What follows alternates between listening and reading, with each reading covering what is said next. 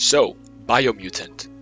The developers describe it as an open-world, post-apocalyptic, kung fu fable RPG that is set to release the 25th of May.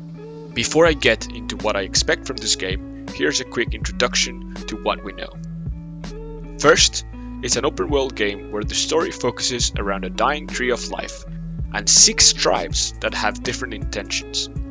This tree of life has 4 routes that reach to the far ends of the map, and in each ending, you will find a big boss to defeat. As the player, you will have to choose who you ally with and how you deal with this tree of life.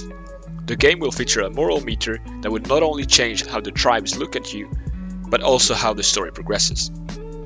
The game has a very deep focus on the player customization, where every choice you make about your abilities, stats and resistances will have an impact on your character physique. And this does not end at the choices you make at the beginning, since throughout the game, your character will go through mutations that will keep changing its physique and abilities.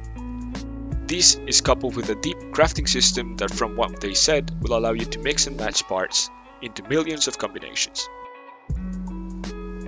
Combat is a fast-paced kung fu style system that seems to have a lot of variety based on your choice of style, from close-range melee to weird psychic powers, and has been said to be inspired by Devil May Cry and the Arkham series.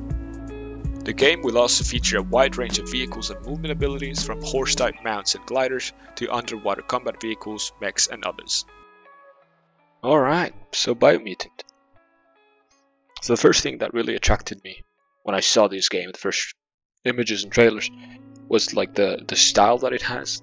It seems to have like a very strong style and vibe to it, with not only in the art style but also in the kind of comic style bubbles that appear during the combat, which I assume, or I expect them to appear not only on the combat but in other situations as well.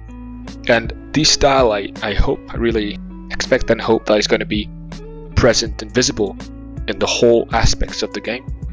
And if done correctly, I think is really gonna enhance the whole experience. I expect this like wacky style to be also present during the stories, and not only expect the story to somehow be wacky, and the activities you do and the different scenes and characters to also have this kind of wacky vibe to it. One of the things they said in an interview is that the whole story is actually going to be told through a narrator.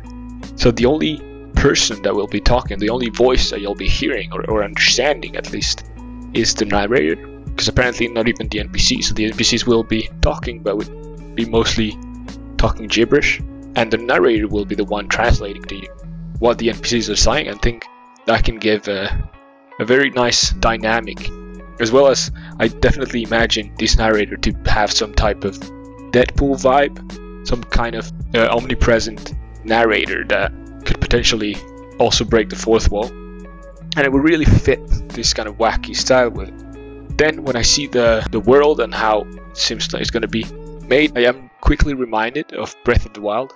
Therefore I really expect this kind of feeling of freedom that game gave, with not only the map being an open world but also having all these different ways of moving around the map or traversing it, right?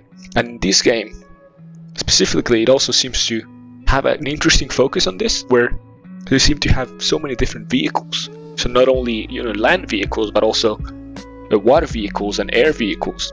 Additionally to like vehicles that can also like fight, which I think is really going to give this sense of freedom again. And well, not only you'll be able to go to these different places, but also you'll be able to choose how you go there, because your character will also have access to different like movement abilities like gliders and jetpacks and double jumps and things like that, which will really enhance this feeling of freedom. So the combat, from what we've been shown, really seemed to be like really fluid. I think it's going to be one of the big key points of this game. Like if the combat doesn't feel good, then this game is probably doomed to fail. But like from what it seems to really capture this like fluid and dynamic type combat, where you'll be constantly like jumping, moving around, changing targets.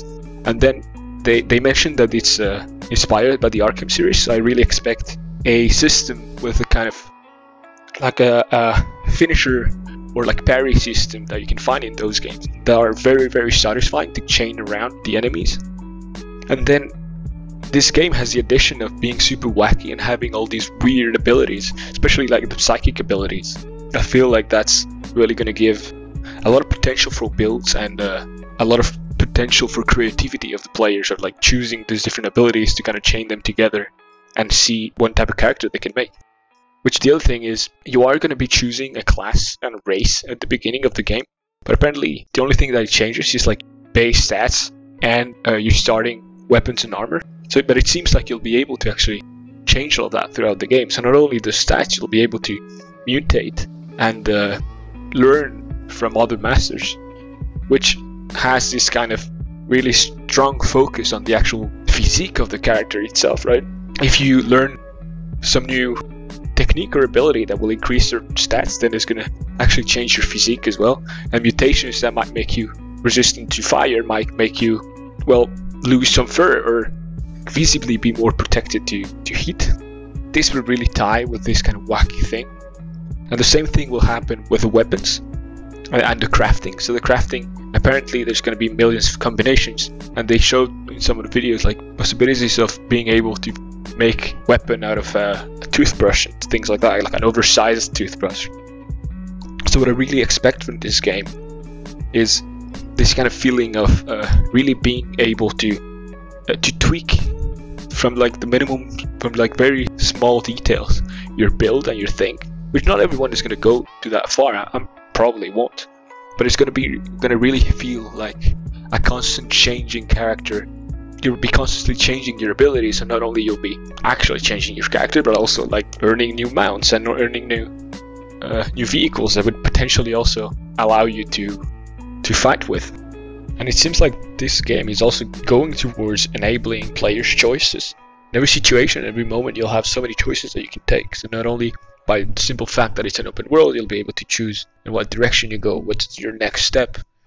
These will not only make the game feel good when you play it, but it will also enable the game to be very replayable, because two characters could be completely different, from the choices of abilities to the mutations, which will change the physique as well, to the choice of vehicles that you use and movement abilities, to also obviously, well, then the story, right? They also said there's going to be multiple endings, that you can choose whether to ally with some tribes or ally with others.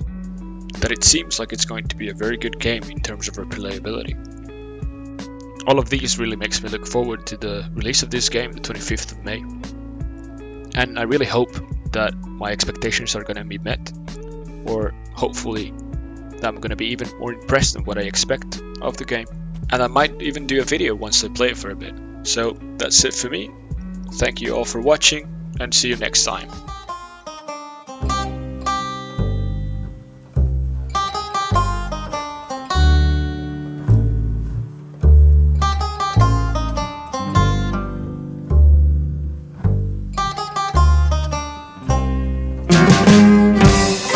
I'm gonna tell you a little story about a boy named Joe.